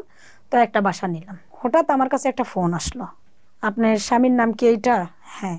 তো আপনার স্বামী ওই অমুক থানায় পুলিশের হেফাজতে আছে। আমার তো বোন মানে আসমান ভাঙে মাথায় পড়লো, এর বাপ মার কাছে যাব ঘরে। হ্যাঁ, ঘরে কিছু মনে হয় ওই দিনকে বের হওয়ার সময়, বোন আল্লাহ মাফ করুক, সে বিয়ের পরে কখনো আমাকে টাকা দেয়নি। ওই দিন বের হওয়ার সময় আমাকে সে 5,000 টাকা দিয়ে গেছে, বলে যে 5,000 টাকা তুমি রাখো, আমি এসে আবার দিব তোমার আরো টাকা। তখন আমি কি করব আমি তো ভেবে পাই না। তো এর যে বন্ধু, এই বন্ধু আমাকে ফোন দিল, দিয়ে বললো যে এই কথা, তাই তো ওর সাথে কালকে কি দেখা করতে যাবেন? তো আমি বললাম আচ্ছা ঠিক আছে আমি দেখা করতে যাবো। এখন আমিও তো এগুলো জানি না, সে তো আমাকে বলে যায় যে সে কাজে যাইতেছে। আর কি কাজে যাইতেছে? সে বলে যে জিগাতলার এইদিকে সে ওই যে ঝুট, গার্মেন্টসের ঝুট নিয়ে এগুলো একটা কাজ করতেছে, তো এগুলাতে ভালো একটা ইনকাম হবে সামনে, এই চিন্তা ভাবনা করছে, এটা আমাকে বলছে আর কি। তো যাক, এটা নিয়ে আমি তখন ওর বন্ধু আমাকে বললো যে ভাবি কালকে তাহলে আমরা যাচ্ছি দেখা করতে। অনেক দূরে ধরা পড়ছে, ঢাকার বাইরে। তো আমি তো এগুলো চিনি না, এত দূর কিভাবে যাব, কি করব? তো ওই লোক বললো ভাবি কালকে আমি আপনাকে নিয়ে যাব। তো আমি এখন কাকে জানাবো? তো হঠাৎ আমার মনে হলো কি আমি তো ওর ভাবির নাম্বার রাখছি। তো আমি ওর ভাবির নাম্বারে ফোন দিলাম, ওর বড় ভাবি ধরলো। ধরার পরে আমি সালাম দিয়ে কথাবার্তা বললা ভাঙ্গেছিরে বলার পরে তখন ওর ভাবি বললো যে ওর ছোট ভাই ঢাকায় আছে, তা আমি ওর নাম্বার, তোমার নাম্বার ওকে দিচ্ছি, ও তোমাকে ফোন দিবে। তা আমি বললাম ভাবি আপনি ওর নাম্বার দেন, আমি ওকে ফোন দিচ্ছি। তো আমি ওই ভাবির থেকে ওর নাম্বার, আমার দেবরের নাম্বার নিলাম, নিয়ে ফোন দিলাম। দেওয়ার পরে ওকে ভাবি আমি তো ছুটি পাইবো না, কে চাকরি করতেছি, তাহলে আপনি আগে দেখে যাই না আসেন, পরে আমি আসতেছি। তাই কথা বলার পর ও থাকলো, আমি পরের দিন ওর ওই বন্ধুর সাথে চলে গেলাম। ওনার বোন বা যিনি, ওনারা কি জানতেন আপনাকে বিয়ে করেছে? ভাবিরে আমি যখন বললাম উনি কোনো রিয়েকশন দিল না যে ভালো কি মন্দ, ওর বউ কি, এটা কোনো রিয়েকশন দিল না। ও স্বাভাবিক ভাবেই, মানে স্বাভাবিক যেটা এটা এইভাবে কথা বললো। যাই ওনার সাথে দেখা করলাম, উনি তো অনেক কান্নাকাটি করতেছে যে দেখো আমার ভুল হয়ে গেছে, এই সেই, তুমি যেন আমাকে ছেড়ে চলে যেও না, বাসা যান ছেড়ো না, দেখো এগুলো। তো ওর কান্নাকাটি দেখে আমারও একটা মায়া, মানে আমি একটা মায়ায় পড়ছি। তো যাক ওইখান থেকে ওকে কথা দিয়ে আসলাম যে ঠিক আছে আমি থাকবো বাসায় এবং বাসার কাউকে জানাবো না, যেভাবে পারি তোমাকে আমি ছুটাবো নেব। উনি কি কারণে ধরা পড়েছিলেন? ওনারা একটু উল্টাপাল্টা চলাফেরা, ব্যবসা করতো। কি ব্যবসা? এটা এখন মানে কি বলবো, এটা হলো আপনার নেশা জাতীয়, ড্রাগসের ব্যবসা, নেশা জাতীয় একটু, এই যে এগুলো আর কি বিক্রি টিক্রি করতো এরকম, এগুলোর ভিতরে। যাই হোক এগুলোর থেকে আপনার আসলো আমার হাজবেন্ড, তখন আমার হাজবেন্ড এসে বললো যে আচ্ছা ঠিক আছে, এগুলোতে আমি আর যাবো না, তাহলে এইভাবে চলবো। তো আমিও যে তাকে ছেড়ে চলে যাব বা আমি সংসার করবো না, আমার ভিতরে এই জিনিসগুলো কখনোই আসে নাই, কখনোই আসে নাই। যে ঠিক আছে আজকে বিপদ হচ্ছে, কালকে ভালো হবে। আমি তো জানি যে কষ্ট করতে আছি, সুখ একসময় হবে। তো আমি তাকে ছাড়ার চিন্তা কখনোই করি নাই, আমার ভিতরে এই চিন্তাগুলো কখনোই আসে নাই যে আমি তাকে ছেড়ে যাব। তো যাক, ওখান থেকে উনি জেলের থেকে আসার পরে মানে আমাকে বাচ্চা নেওয়া হইলো। আমি ওনাকে বললাম যে দেখো, আমিও চাকরি নেই, তুমিও কিছু একটা করো, দুইজনে মিলে চাকরি বাকরি করে ছোটখাটো সুন্দর একটা বাসা বুসা সাজাইয়া তারপরে কিছু টাকা টাকা জমাইয়া বাচ্চা কাচ্চা নিবো। না, উনি আমাকে চাকরি করতে দিবে না। আচ্ছা ঠিক আছে, তাহলে আমাকে না দাও, তুমি গো চাকরি করো। তো এইভাবে বলতে বলতে তো আমার ওষুধ ফুরাই গেছে, মানে পিল যেটা আমরা খাই, এই আজকে কালকে করতে করতে সে আইনা দেয় না, মানে তার ভিতরে একটা শয়তানি ঢুকে গেছে যে আমাকে ফালায় যদি চলে যায়, আর যদি একটা বাচ্চা হয় তাহলে তো সে আমাকে ফালায় চলে যাবে না, মানে এরকম একটা শয়তানি আমার হাজবেন্ডের ভিতরে ঢুকছে। কিন্তু তখন আমি বুঝছি না, এগুলো আমি পরে বুঝছি। এরকম করতে আমি অলরেডি প্রেগনেন্ট হইলাম, মানে অলরেডি আমি কনসেপ্ট করলাম। মানে আইয়া 15 দিন মনে হয় একটু ভালো চলছে, 15 দিন একটু ভালো চলছে। এরপরের থেকে আবার এই রাতের 1-1:30, আবার এই রাতের 1-1:30 বাজে আসে, কোনো টাকা দেয় না, কিছুই দেয় না। আমার বেবিটা হওয়ার আগে মুহূর্তে আমার হাজবেন্ড বললো আমার আম্মাকে ফোন দিয়া যে আমি তো অনেক রাতে আসি, তো ওরে নিয়ে যান। 7 মাসের সময় আমার কাছে আমাকে পাঠিয়ে দিল। তো আমি ওকে বলে গেছি যে তুমি শীতের সময় আমি বাচ্চা নিয়ে আসবো, মেয়ে বাচ্চা হবে জানতে পারছি, তো তুমি একটা খাট, একটা ওয়ার্ডরোব, একটা টিফি অন্তত কিনা রাখো। যাওয়ার পরে আমি 7 মাস থাকছি, সে একবার গেছিল 7 মাসে, আর ফোনে টাকা পাঠাইতো 2000-3000 করে টাকা পাঠাইতো, কিন্তু সে যাইতো না, সে যাইতো না, এরকম ভাবে থাকতো থাকতো। তা আমি বলতাম জিনিস কিনছো নি ফোনে? হ্যাঁ এই তো কিনে এনেছি আমি, এই তো রেখে দিছি, এগুলো ফোনে বলতো। তো উনি বাচ্চা হওয়ার সময় গেছে একবার, বাচ্চা হওয়ার পরে গেছে একবার, মানে বাচ্চাটা একটু বড় হওয়ার পরে। আছে না যে আমার বউ এতদিন ধরে যায় আছে, যে আমার খাবার কষ্ট হচ্ছে, এই পুরুষের মুখে আমি আজ পর্যন্ত এই কথা শুনি নাই আমার হাজবেন্ডের মুখে, যে তার খাবার কষ্ট হচ্ছে বা বউ ছাড়া এতদিন থাকতেছে, এই কথাটা আমি এই পুরুষের মুখে শুনি নাই। পরে আমার হাজবেন্ড আমাকে নিয়ে আসার কথা বলে না, তো আমি তো আর থাকবো না, কারণ গ্রামের মানুষ একক রকম কথা বলতেছে, তো জামাই মনে হয় বিয়ে করছে, তোরে কেন নেয় না, এই সেই এইটা সেইটা, মানে যে যা পারতেছে বলতেছে। আপনার বাবা মা কি গ্রামে চলে গেছে? হ্যাঁ, আমরা গ্রামে শিফট হয়ে গেছে আমার বাবা মা। এক অবস্থায় ঝগড়া করে জোর করে আমি ওর সাথে চলে আসলাম। ওর যে ফ্রেন্ড নিয়ে আমার বাপের বাড়িতে গেল আমার ছোট বোনের বিয়ে খেতে, এই বিয়ের পরে আমি জোর করে ওর সাথে চলে আসলাম। আয়সা দেখি বোন ঘরে কিছুই করে নাই, আরো 3 মাসের ভাড়া বাজায় রাখছে। সে ঠিক মতো ঘরেও আসতো না, যদিও বা আসতো, নিচে একটা টেলার্স আছে, এই মহিলার সাথে তার এতটা খাতির, এই মহিলার এখানে যে মেয়েরা কাজ করতো টেলার্সে, এই মেয়েদের সে রুমে নিয়ে আসতো। আপনি কি করে জানলেন?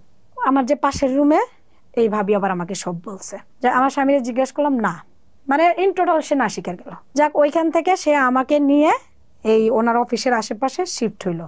শিফট হওয়ার পরে এখানে ভালো একটা বাসা নিল 2 রুমের। তো আমি বললাম তুমি 1 রুমের ভাড়া দিতে পারো না, 2 রুমের বাসা নাও, তোমার জিনিস কই, তোমার তো কিছুই নাই, তুমি কেন নাও? কয় কিনবো বলে 2 রুমের বাসা নিল। ওখান থেকে আমি চলে আসলাম। এখানে আসার পরে উনি নিজেও একটা অফিস নিল, এয়ারলাইন্সের নিজেও একটা অফিস নিল। মানে আমার মেয়েটা হওয়ার পরে ভাগ্যটা মার্শাল্লাহ চেঞ্জ হয়েছে, ভালো ইনকাম হয়েছে। ও এর ভিতরে আবার ওর আর এক বন্ধু আমার বাসায় আসলো, আসার পরে এটা আমি জানলাম, মানে ওই যে আমাদের ঝগড়া চলতেছে যে তুমি ঘরে জিনিস কেন নাই, তখন ওর বন্ধুর সামনে আমি আমার হাজব্যান্ডকে মারতে গেছি, মানে ওই যে যে ধরছে জেদে আমি মারতে গেছি। মারতে যাওয়ার পরে ওর বন্ধু ধরছে, তো ওইটা ওর বন্ধুর লাগছে। লাগার পরে তখন ওর বন্ধু 2 দিন পরে এসে আমাকে বলতেছে, প্রথম দিন মনে করছে আপনি খারাপ, কিন্তু এখন তো দেখতেছি যে ও খারাপ, ওরে আমি 70-80 হাজার টাকা কামাই করে দিলাম, মানে আর একটা খারাপ পথে কামাই করছে। ওরে আমি 70-80 হাজার টাকা কামাই করে দিলাম, সেই টাকা ও কি করলো, ও কক্সবাজার মেয়ে নিয়ে গেছিল, জানেন আপনি? এই কথা বলতেছে যে ও কক্সবাজার মেয়ে নিয়ে গেছে। তো এগুলো শুনলে কার ভালো লাগবে বলেন? তখন রাত্রে আসলো, আমি বললাম টোটাল নাশ, মানে এরা কখনো আমি স্বীকার করতে পারিনি আমার স্বামীরে, মানে তার কাছ থেকে আমি সত্যি কোনো কথা পাইনি আজ পর্যন্ত, এখনো পর্যন্ত আমি তার চিনতেই পারলাম না যে সে আসলে কি। আর আমাদের স্বামী স্ত্রীর সম্পর্কটা বলি, সেটা হলো কি, যে সে ঘরে আসতেছে, মানে ম্যাচ হিসাবে 12টা-1টা বাজে ঘরে আসতেছে, রান্না যদি থাকে 1 মুঠ খাবে, না হলে গোসল করবে, শুবে, সকালবেলা উঠা যদি খাবার সামনে দেই খাবে, নাহলে সে চলে যাবে। সে আমার সাথে মারামারিও করবে না, ঝগড়াও করবে না, সে কোনো কিছু করবে না, কিন্তু বাজার না থাকলে সে বাজারটা করে এনে দেবে। ওই টাইমে খুব ভালো একটা ব্যবসা হইতেছিল, সেই ব্যবসায় আপনার মানে কি বলবো, বান্ডিলে টাকা আমার ঘরে নিয়ে আসতেছিল। তো ওই টাইমে একটা আপনার এসএসের খাট নিলাম, একটা ওয়ার্ডরোব নিলাম, একটা টিফি নিলাম 21 ইঞ্চি, তখন তো 21 ইঞ্চি যে ডিব্বাগুলো ছিল নিলাম। নেওয়ার পরে ভালোই চলতেছিলাম মোটামুটি। উনি একটা ফ্রিজ কিনলো, আমার একটা চেন দিল। তা ভালোই চলতেছিল, কিন্তু উনি টাকা দেয় না। আমি বললাম দেখো এই সুযোগে তোমার বাড়িতে একটু জায়গা কিনো, নাহলে আমার বাড়িতে একটু জায়গা কিনো। এর ভিতরে আমার বাপের বাড়ি তাকে 2-3 বার আমি নিছি। উনি না, এই টাকা আমার না, এগুলো মানুষের টাকা।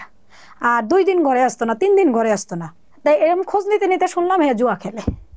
জুয়া? হ্যাঁ, এই যে রাত ভরে যে সে ঘরে যেত না, এটা সে জুয়া খেলতো, মদ খেত, মানে এই হয়েছে তার ইয়া। এরম করতে করতে করতে করতে গেল। তো আমি মোটামুটি যেগুলো পাইছি এগুলো নিয়ে আমি এনাফ। আমি আর ওরকম চিল্লাচিল্লি ঝগড়াঝাটি করতাম না, মেয়েটা বড় হচ্ছে। যাক, এগুলো নিয়ে যাইতে যাইতে সে আবার ধরা খাইলো। কি নিয়ে? ওরে যে বন্ধু, সেই বন্ধুর হলো বউয়ের বাসায় ও আইতো যাইতো, কিন্তু ওই কাজ আর ও করতো না, কাজ করতো না। তা আমার কথা হলো, আমি জানি যে তারা খারাপ কাজ করে, তো তাদের সাথে কেন আমি উঠবো বসবো, তাদের থেকে আমি দূরে থাকবো না? কিন্তু সে ওই বন্ধুর বউয়ের বাসায় আইতো যাইতো, কথাবার্তা বলতো, আল্লাহ জানে, কইতে পারি না। মানে সম্পর্ক ছিল কোনো? কইতে পারি না। মহিলার তো কোনো ইয়াই নেই, এই উচ্চা কালো, মানে আমার কোনো অংশেই আসে না। উনি অনেক মোটা, অনেক উঁচা লম্বা, বয়স বেশি, মানে আমার হাজবেন্ডের চেয়ে বয়স বেশি, মানে কেমন জানি টাইপের। তো আমি, ওনার ছেলে আছে একটা 7-8 বছরের, ওনাকে জিজ্ঞাসা করছিলাম যে বাবা তোমার আঙ্কেল কি এখানে, কারণ সে তো স্বীকার খায় না কখনো, যে বাবা তোমার আঙ্কেল কি এখানে আসে? বলে যে হ্যাঁ এখানে আসে, তাই আম্মুর সাথে এই রুমে কথা বলে, এটা বলছে। তো আমার তো আর বুঝতে বাকি নাই, যাক গেল। এই মহিলার জামাইরে রেট দিচ্ছে এই যে বাজে ব্যবসার জন্য, বাজে এই কাজের, খারাপ কাজের জন্য। এই মহিলা কি করছে, আমার স্বামীর নাম নিয়ে আমার বাসা পর্যন্ত যাই আমার স্বামীকে ধরাই দিছে। কেন? ওই যে তাদের সাথে তো একটা সম্পর্ক আছে, সে কাজ করুক না করুক, তাদের সাথে তো একটা সম্পর্ক আছে, তাদের আসা যাওয়ার একটা পুলিশ যে বাসায় যায় আসে, বা একটা তো নজর রাখে যে তার বাসায় কে যাচ্ছে না যাচ্ছে। যাওয়ার পরে আমি বললাম এইবার আমি আর ভাতই খাবো না, যেহেতু তাকে এত কিছু করে ভালো করতে পারলাম না, আমি আর তার ভাতই খাবো না। এটা বললাম। ও মা, আমার দেবর, আমার এক ভাসুর আছে পুলিশ, মিরপুর থাকে, ওনাকে নিয়ে আসছে, তার ঘরে যাই জিনিস নিয়ে আমি চলে যাচ্ছি, এই যাই জিনিস ঠেকাইতে আসছে। এগুলো সব বুঝাই দিয়ে আমার বাপের বাড়ি চলে গেছে, যে আমি আর ভাতই খাবো না। গেছে, আল্লাহর কি কাও, আমার মেয়ে পানিতে পড়ছে। তখন আমাদের এই বর্ষার সিজন চলে, এই যে এখন যে বর্ষার সিজনে পানিতে পড়ছে। তাই তখন আমার মা আমাকে বুঝাইতেছে যে দেখো রাগারাগি করো না, তুমি যাও গা। কিন্তু আমার বাপে বলতেছে আমি আর ভাত খাওয়াবো না তোমায়, যা হয়েছে হয়েছে, তোমার মেয়ে আমি পালুম। আমারও ইচ্ছা যে আমি মেয়ে এখন বাপ মায়ের কাছে থেকে আমি যা চাকরি বাকরি করবো, আমি আর এর ভাত খাবো না, যেহেতু এর আমি মানুষ করতে পারলাম না। পরে এই ছেলে বারবার ফোন দেয়, আমার বাপের ফোনে ফোন দেয়া কান দেয়, আমার দেবরে দিয়ে দেওয়া, ওই শাশুড়ি দিয়ে দেওয়া, এটা সেটা। লাস্টে আমার মাও কয় তোর মেয়েটা পানিতে পড়ছে, যদি মারা যাইতো, কিছু একটা হইতো, তাহলে তো অনেক বড় ক্ষতি হইতো। আচ্ছা যা, মেয়ে মানুষের কপাল, কি করবি। আর আমার তো একটা বদনাম আগের আছেই। তো এই হিসাব করে চিন্তা করে আমি আমার বাপের কথা না শুনে, বাপে আইতে দিব না দেখে বাপে দোকানে গেছে, আমি লুকাইয়া চলে আসছি আমার মেয়ে নিয়ে। আরো কিছু টাকা ঋণ পান করে তারা আমি ছাড়া আনলাম, আইনা মেয়ের কসম দিলাম আবার, যে এই মেয়ের সাথে তুমি কেন। আর সে কেমন ঘিন্নার মানুষ দেখেন, সে কেমন একটা বেলাইজ মানুষ। সে যে মেয়ে মহিলা তোমাকে ধরা দিল, এই মহিলার সাথে তোমার আর যোগাযোগ রাখার কোনো মানে আছে? সে আসার পর কিন্তু আমি বললাম যে তুমি খোঁজ নিয়ে দেখো, তোমাকে ওই মহিলা ধরাই দিছে, মানে যে উনি যে গাড়িতে বসে আসছে, দোকানদাররা আমারে বলছে যে একটা মোটা করে মহিলা আছে। তো আমি তো বুঝছি যে এই মহিলা। তা যাক, এইভাবেই আছে। তো আমার স্বামীর এরকম বিভিন্ন মেয়েদের সাথে সম্পর্ক, এই যে সৌদিতে যে মেয়েদের পাঠাইতো, এই মেয়েরা ফোন দিত, ফোন দিলে পরে দেখা যাইতো যে একটা ব্যবসায়িক কথার একটা বাজে কথা বোঝা যায় না, বা আমিও তার কথার ভিতরে অনেক কিছু ধরছি, মেয়েদের মার্কেটিং করে দিছে, সেগুলোর স্লিপগুলো ধরছি, এগুলো অনেকবার ধরছি। কিন্তু সে কখনোই স্বীকার খায় না, কখনো, মানে সত্যটা আছে না যে ভুল স্বীকার করে যে ঠিক আছে সরি। আর আমি যে বউ হিসাবে আমাকে একটা সম্মান দেওয়া, কখনোই যে আমাকে। পরে কি আপনি আপনার বাচ্চা নিয়ে আবার ফিরেছেন? হ্যাঁ, ফিরে এসে তো তাকে ছাড়াইলাম। আচ্ছা, তাকে ছাড়াইলাম, কিন্তু সে যে একটা মানে আছে না যে সে নিজের থেকে ভালো হবে, বা আমাকে নিয়ে যে সংসার করে খাবে, বা আমাকে নিয়ে, ওই জিনিসগুলো তার ভিতরে কোনো কিছুই নেই। মানে সে হলো কেমন, যে আমি বাসায় বাজার করে এনে দিচ্ছি, বা বাজার টাকা থাকলে তো আইনা দিচ্ছে, না থাকলে তো না আইনা দিচ্ছে, সে রান্তাছে, খাইতেছে, মেয়েটারে মানুষ করতেছে, শেষ। মানে আমার প্রতি তার দায়িত্ব এতটুকু। তারপরে তো আপনার একটা ছেলেও হয়েছে। ছেলেটা এই যে পরে এসে হয়েছে। তো আমার টার্গেট ছিল কি, যে ঠিক আছে আমার স্বামী খারাপ, সে আমাকে দেখে না, আমার স্বামীর দরকার নেই, আমার মেয়েটা যেহেতু আছে, আমি মেয়েটারে না যেভাবে খাচ্ছি এইভাবে খাই। তারপর 2023 সালের কথা চাচ্ছিলাম যে আমার মেয়েকে হয়তো হোস্টেলে রেখে, নাহলে আমার মায়ের কাছে রেখে আমি হয়তো বাইরে চলে যাব, কোনো একটা দেশে চলে যাব। তো আমার স্বামী এটা যে কোনো ভাবে বুঝতে পারার কারণে সে মানে একটু ভালো হইলো, মানে সে জায়গাটাই ভালো ঠিকই হয়, মানে আমাকে আটকানোর জন্য ওই জায়গাটা সে ঠিকই ভালো, আর আমি ওইটুকুই পাই, আমি আবার মানে গলিয়া জায়গা। আচ্ছা যা হয়েছে, এখন তো আমি অফিস নিতেছি, বড় অফিসেরই ভিতরে আমার মামার নিয়ে অনেক কাহিনী আছে। এখন আমার বাচ্চা পেটে এই টাইমে আমার হাজবেন্ড বড় একটা অফিস নিচ্ছে, আমি নিষেধ করার পরেও নিছে, নেওয়ার পরে সে এই অফিস নেওয়ার পরে একটা মেয়ে নিছে অফিসে। তো আমি নিষেধ করলাম যে তুমি মেয়ে মানুষ নিও না অফিসে। অফিসে এসে পরিচয় দিছে যে আনম্যারিড। আনম্যারিড, লেখাপড়া বেশি একটা নাই, মানে 5-6 এরকমই, এর বেশি না। আনম্যারিড করে পরিচয় দিছে, আমার হাজবেন্ড নিছে। নেওয়ার পরে একটা মহিলা মানুষের সাথে, যেটা আর কি আমার হাজবেন্ড মানে তার সাথে একটা সম্পর্কে জড়াই গেছে, শারীরিক সম্পর্কে একটা জড়াই গেছে। এই মেয়েকে কি করছে, ওই যে মেয়েটা, যে মেয়ে ওকে ধরা দিছিল বন্ধুর বউ, এই বাসায় নিয়ে যা রাখছে। আর এই বন্ধুর বউ এর ভিতরে ইতিমধ্যে তার বন্ধুকে ছাইড়া দিয়ে, 2 সন্তানের মা কিন্তু, বন্ধুকে ছেড়ে দিয়ে বন্ধুর থুয়ে আর এক মানে প্রবাসী ছেলে, যুবক ছেলেকে ধরে সে আলাদা বাসা নিয়ে তাকে বিয়ে করে থাকে, ছেলেটা বাইরে থাকে। আর ওই মহিলা 2 বাচ্চা নিয়ে এখানে থাকে। এই মহিলার বাসায় এই মেয়েকে রেখে দিছে। এই মেয়ে অফিসে যায়, তোমার নিজের অফিস, 11টা-12টা বাজে অফিসে যায়, পায়ের উপর পা তুলে দেখায়। তো আমার কানে আস্তে আস্তে খবরগুলো আসতেছে, অফিসে যাইতেছে, আমাকে অফিসে যাইতে দেয় না। তো আমি ডাক্তার দেখাইতে গেলাম, ইসলামীতে ডাক্তার দেখাইছি। ডাক্তার দেখাইতে যাই আমি অফিসে যাবো, সে আমাকে অফিসে যাইতে দেয় না। অফিসে যাইতে দেয় না, পরে যাইতে দেয় না। আমি আসছি ওখান থেকে। আসার পরে আমার মামা, ওই যে বললাম যে মামা নিয়ে অনেক ঝামেলা আছে, এই মামা আবার একবারে চলে আসছে। আসার পরে আমি মামারে বললাম আপনি অফিসে থাকেন। তো সারাদিন অফিসে থাকতো, রাত্রে এসে বাসায় থাকতো। তো অফিসে মামা থাকলো, আর মানে মামারে বললাম যে কি খবর আমাকে দেন। তো আস্তে আস্তে মামাও বললো যে হ্যাঁ ঘটনা সত্য। হওয়ার সময় আসলো, ডেলিভারির সময় আসলো, সে আমার সাথে টুকটাক ঝগড়া, আমি যে ডেলিভারি হচ্ছি, মানে আমি যে এই একটা সিচুয়েশনে আছি, আমি সিজার, সে এগুলো নিয়ে কোনো পরোয়া নেই। সে মানে আমাকে ওইভাবে তেমন কিছু না, সিজারে ঢুকাই দিয়ে সে ওইদিকে যায় রয়েছে, এটা সেটা। এরই ভিতরে বাচ্চা হইলো, ছেলে হইলো, হয়ে আসলাম। আসার পরে সে এই রাতে 1:30-2টা বাজে আসে, মানে সে অন্যরকম মুডে আছে। বাসায় আগে ঠিক আছে বাহিরের মেয়েদের সাথে সম্পর্ক করত, কিন্তু বাসায় আসলে মোটামুটি একটু হইলো আমার প্রতি, একটু হইলে একটা ইয়া ছিল। কিন্তু এখন বর্তমানে দেখি যে তার আমার প্রতি কোনো ফিলিংসই কাজ করে না। মানে সে, আমি ঘরের বউ, আমি থাকলেও যা, না থাকলেও তাই। সে রাস্তার মেয়েও যা, আমিও তাই। ওই মেয়েটা ফোন দেয়, তো ওই মেয়ের আমি নাম্বার নিলাম, মেয়ের নাম্বার নিয়ে মেয়েরে ফোন দিলাম, দিয়ে মেয়ের সাথে আমার তুমুল ঝগড়া ফোনে। মেয়ে আমাকে, আমি যে একটা অফিস মালিকের বউ, সে যে আমার হাজবেন্ডের এখানে চাকরি করে, সে উল্টা আমাকে হুমকি দেয়। কি বলে? মানে বিশ্রী ভাষায় গালাগালি, এই সে তোর জামাই আসে কে, তোর জামাই তুই ধরে রাখতে পারিস না। হ্যাঁ, এটা স্বীকার করছে। এগুলো যাক এইদিক হয়েছে, কিন্তু আমার স্বামী স্বীকার খায় না, আমার স্বামী স্বীকার খায় না। তো এগুলো নিয়ে পরে আমি মেয়েরে ভয় দেখালাম, তোর পুলিশ দিয়ে ধরাম, এটা সেটা করুম, তোর পাইলে আমি এই করুম ওই করুম। তো মেয়ে ভয়ে চলে গেছে। মেয়ে ভয়ে দেশে গেছে। দেশে যাওয়ার পরে মেয়ের আবার আগে স্বামী ছিল, স্বামীর ঘরে চলে গেছে, ও প্রেগনেন্ট, ওরও বাচ্চা হয়েছে। এখন আমি এইটা মিলাইতে পারি না যে আমার বাচ্চা হওয়ারও 1 মাস আগে সে আমার হাজব্যান্ডের অফিসে ছিল, আমার বাচ্চা হওয়ার পরে সে অফিস থেকে গেছে, সে তার স্বামীর ঘরে ফিরে যায়, আবার তার ছেলে হয়েছে। তার মানে বাচ্চাটা কি আপনার হাজবেন্ড? না, ওর হাজবেন্ডেরই নাকি, ওদের বলে সম্পর্ক ছিল, ওর জামাই নাকি আসা যাওয়া করতো নাকি, কি জানি না সঠিক, এটা আল্লাহ জানে। আপনি কি সন্দেহ করছেন? আমি এটা এখন সঠিক বলতে পারি না। মেয়ে হঠাৎ একদিন আমাকে ফোন দিল যে আপা আমি কয়টা লোক গুছাইছি, দিমু, আপনি যদি কোন তাইলে আমি দিমু। কি দিবে? ওই বাইরে যে লোক, ওদের গ্রাম থেকে কয়টা লোক নিছে আর কি। কোন মেয়ে? ওই যে মেয়েটা আমার হাজবেন্ডের সাথে ঝগড়া করলেন? হ্যাঁ, ঝগড়া করলাম যে আপু এরম আমার তো কয়টা লোক পাইছি আমাদের গ্রামের, আমার আত্মীয়র ভিতরে যাইবো, তো আপনি কি বলেন? তা আমি বললাম যে আমার হাজবেন্ড তো ভালো না, তার কাছে দিবা, তার কাছে কি সমস্যা, আমি চাচ্ছি না যে দুজন এক জায়গায় হোক। তো ঠিক আছে, তাহলে তুমি লোকগুলো আমাকে দিও, ওই যে ওর যে বন্ধু বান্ধব আছে এদের সাথে তো আমার কথা হয়, তাহলে আমি তাদেরকে দিয়ে দেবো। তাই বলছে আচ্ছা ঠিক আছে। এখন দেখি যে ওই মেয়ে আবার আমার হাজবেন্ডকে ওই মেয়ে ফোন পারতেছে। তো তখন আমি কি রে, এর সাথে আমার দুপুরে কথা হইলো যে ও আমার হাজবেন্ডে, ও আমাকে বলতেছে আপু আমি যে আপনাকে লোক দিচ্ছি এটা আপনার হাজবেন্ডকে বললেন না, আমার নাম্বার আপনি হাজবেন্ডকে দিয়েন না, আমার সাথে যে আপনার যোগাযোগ আছে এগুলো আর বললেন না আপনি হাজবেন্ড, মানে ওই আমাকে এগুলো বলবো। আচ্ছা ঠিক আছে ওকে। এখন ও দেখি বারবার আমার হাজবেন্ডকে ফোন দিতেছে 12:30 বাজে। তো ফোন আমি ধরলাম, ধরার পর কি ব্যাপার, কয় না আপা আমার হাজবেন্ড একটু ভাইয়ার সাথে কথা বলবে। ভাইয়ের সাথে? কেন ভাইয়ার সাথে কি কথা বলবে?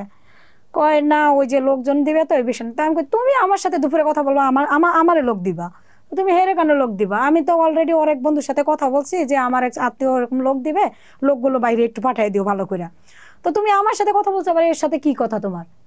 এই তুমি খবর দাও, তুমি কি পাইছো, তুমি এর সাথে কি কথা বলবা, রাখো ফোন, আর যেন আমি তোমাকে ফোন দাও না দেখি।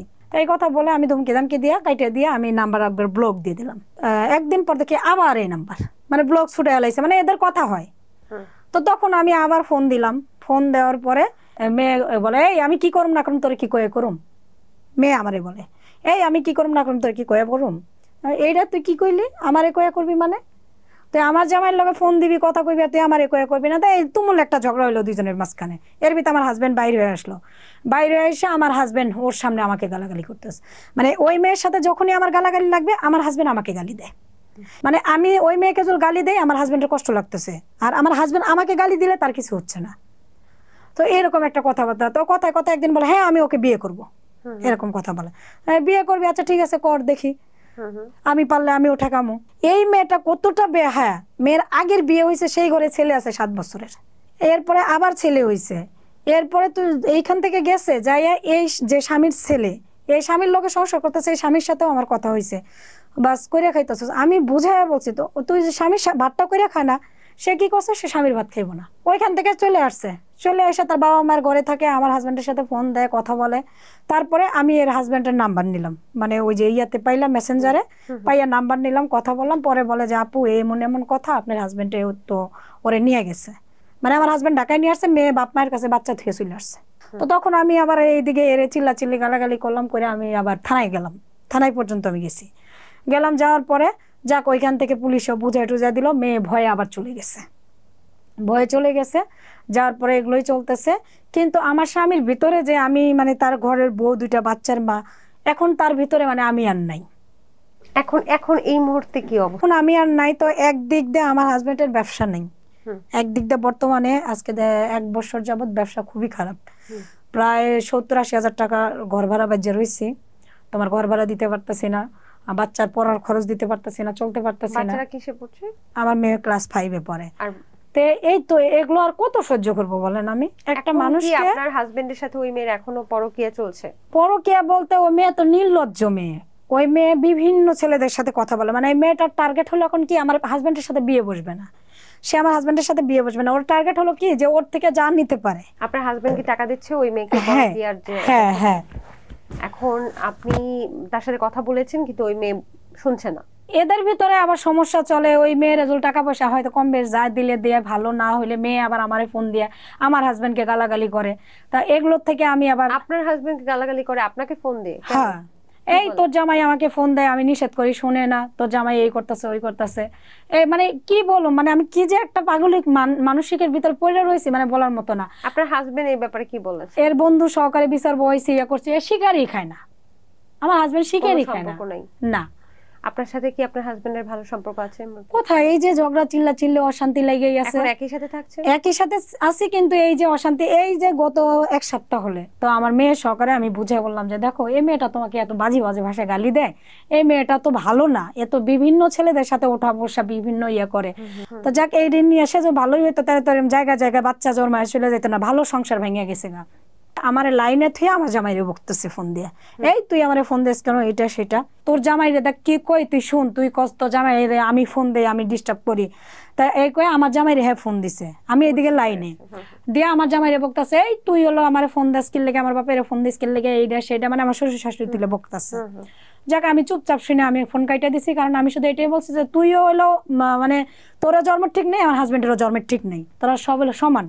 আচ্ছা, এখন কি সমাধান করেছে আপনার? না না, সমাধান কিছুই হচ্ছে না। যাক এইভাবেই আছে। এখন এটা যাওয়ার পরে ওই দিনটা আবার সকালবেলা, সকালে না 11টা বাজে, 12টা 12:30 বাজে আমার হাজবেন্ড ঘরে আসছে। আসার পরে আমার হাজবেন্ডকে ও ফোন দিচ্ছে।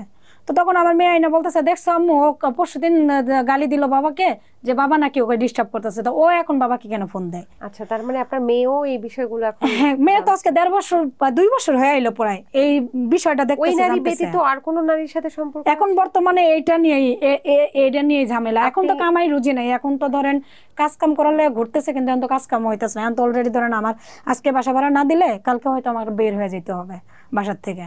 মানে এমন একটা সিচুয়েশনে পর্যায়ে আছে। আজকে যদি সে ভালো হইতো, আমার কথাগুলো মাইনা চলতো, তাহলে তো আজকে আমাদের এই পর্যায়ে আসতো না। মানে আপনারা একই ছাদের নিচে বর্তমানে বসবাস করছেন, হাজবেন্ড ওয়াইফ, কিন্তু আপনার হাজবেন্ডের সাথে ওই নারী পরকীয়া করছে, কথা বলে তাদের মেয়েটা এখন দেশে আছে, নওগাঁ আছে, কয়েকদিন আগে মানে মেয়েটা যাচ্ছে আবার আসতেছে, এরকম আর কি এখন আপনি তাহলে আসলেই খুব খারাপ অবস্থায় আছেন, কারণ একটা স্ত্রী আসলে এই পরিস্থিতিতে খুব খারাপ। তো ওই দিন আবার গোসলে গেছে, অফিসে যাইব, এই মেয়ে ফোন দিচ্ছে ধইরা, মানে আমি গালি দিছি যে তুই ওই দিন আমার শ্বশুর শাশুড়ি তুলে গালি দিলি, তোর এত বড় সাহস।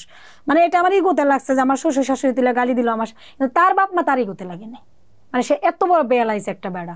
এখন যে এই যে সাংসারিক কথাগুলো যে এখানে বলে ফেললেন, এটা তো গণমাধ্যম, এখানে বলে ফেলার পরে নিশ্চয়ই একদম শেষ শেষ পর্যায়ে না চলে গেলে আসলে কোনো নারী এসে এখানে বলতেছে। এখানে আমি আমার হাজবেন্ড যেহেতু আমাকে চালাতে পারতেছে না, আমার সংসার চালাতে পারতেছে না, আর্থিক একটা অনটনে অভাবে আছি, কষ্টে আছি, তো এইটা চিন্তা করে আমি হলো তোমার একটা দোকান দিছিলাম আমার গহনা বেচা।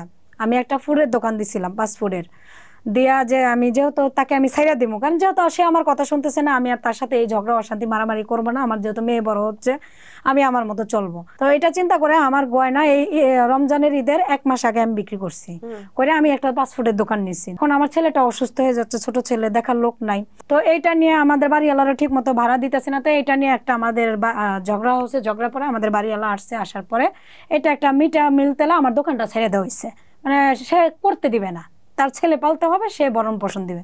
বাড়িওয়ালা বলো যদি সে আপনাকে ভরণ পোষণ দিয়ে রাখতে পারে, আপনি সবকিছু বাদ দেন না, আপনি ছেলে মেয়ে নিয়ে থাকেন। আচ্ছা ঠিক আছে, আমি বাদ দিলাম, ছেলে মেয়ে থাকলাম, তাহলে দোকানটা বাদ দাও। তখন আমি বুঝাই বললাম যে দেখো তোমার এখন তো ব্যবসা নেই, আপনি তাড়াহুড়া করতেছেন, নাহলে আরো অনেক কথা আছে, তুমি তাড়াহুড়া দোকানটা ছাইরা দিবা, তোমার তো এখন ব্যবসা নেই, তুমি চলবা কিভাবে, তোমার তো এখন ব্যবসা নাই। তা আমি দোকানটা রাখি, প্রয়োজন হলে একটা ছেলে রাখো, আমি দেখশন করি, বা তুমি একটু দেখাশোনা করো, যেহেতু তোমার ব্যবসা নাই, তোমার তো নিজস্ব অফিস, তোমার তো সারাদিন যা পড়ে থাকা লাগে না। না, সে কোনোভাবেই রাখতে দিবে না। সেই গয়না বেচা টাকা আমি পুরো লস দিয়া, এই গহনাগুলো যে আমি কত কষ্ট করে নিছি, সে তো আমাকে কখনো কোনো জিনিসটা ওইভাবে দেয়নি। আগের যে চেনটা দিছে এটা আমার বাবার ঘটনাতে নষ্ট হয়ে গেছে, আর এগুলো আমি পরে নিজে করছি। এখন তো দোকানটাও ছেড়ে দিয়ে চলে আসলাম। আবার হলো যে বাসায় আমি ছিলাম, 2 রুমের বাসা, ভাড়া কম ছিল, সেখান থেকে সে হাই ফাই বড় বাসায় গেছে, কারণ সে তো কখনো হিসাব করে চলতো না, ব্যয় হিসাবে চলতো। আমি তো হিসাব করে চলতে চাইতাম, আমাকে দিত না। এই পর্যন্ত যত জায়গাতে সে আমাকে ঠেকায় রাখছে। এখন আমার দোকানটা গেল, গয়না গেল, একদিক দিয়ে সে আমাকে ছোট বাসা জোর করে ছেড়ে দিয়ে বড় বাসায় উঠেছে, এখানকার ভাড়াও দিতে পারতেছে না। এখন আমার এই যে প্রায় 80,000 টাকার মতো ভাড়া, আজকে যদি আমি অন্তত 30,000 টাকা ভাড়া দিতে পারতাম, তাহলে হয়তো বাসায় থাকতে পারতাম, আর না হলে কালকে সকালে হয়তো আমার যা জিনিস থেকে সবকিছু থেকে বের হয়ে যেতে হবে। এরকম পরিস্থিতিতে আসছি। সে আমাকে ছাইরা যায় না, ছাড়ে না, মানে সে যত কিছুই করুক সে আমাকে ছাড়ে না, সে আমাকে ভালোবাসবে না, সে আমাকে ধরেও রাখতেছে না, কিন্তু তাকে যে আমি দূরে ঠেলে দেব, সে ঘুরে আমার বাসাতেই আসতেছে, মানে এরকম একটা পর্যায়ে আছি। তাই এখন আমি কি বলবো, মানে বলার মতো আমার কোনো জায়গা নেই, মানে আমি এরকমই কষ্টে আছি যে আমি কি বলবো। আমার মেয়েটাকে না মানুষ করতে পারতেছি, কারণ এখন হাতেও তো টাকা পয়সা নাই যাবার মতো, না বাপের বাড়ি যে থাকতে পারতেছি, না শ্বশুর বাড়ি যে থাকতে পারতেছি, না ঢাকায় থাকার মতো আমার কোনো ব্যবস্থা আছে। মানে হাজবেন্ডের কি এর আগে বিয়ে হয়েছিল? হ্যাঁ, পরে শুনতে পারছি যে এর আগে সে বিয়ে একটা করছিল, সেটা ডিভোর্স হয়েছে, সেটা অনেক ঝামেলা নিয়ে ডিভোর্স করে দিয়েছে। না, সন্তান নাই, একেবারেই আয় রোজগারের কিছু নেই, আপনাকেও কাজ করতে দিচ্ছেন না তিনি। এখন কাজ করতে দিচ্ছে না বলতে, আমার তো দোকান চলেই গেল, তো এখনো তো আমি চলতে পারতাছি না। আমারও তো খুব কষ্ট হয়েছে, আমি কালকে বললাম না আমার কাছে 200 টাকা ছিল, তাই নিয়ে আসছিলাম, খুব কষ্ট করে কালকে গেছি, আজকে আমার আপনের থেকে চায় নিয়ে আসছি আর কি। আমি তো এই তো অবস্থায় আছি, মানে আমি না মরতে পারতাছি, বাচ্চাগুলো থিয়া আমি তো চাইলে চলে যেতে পারি, অনেকের তো অনেক কিছু থাকে, কিন্তু আমি গেলে তো আমার সন্তান দুটো কি করবে, আমার সন্তান দুটো জীবন নষ্ট হয়ে যাইব না। এখন আপনি কি চাচ্ছেন?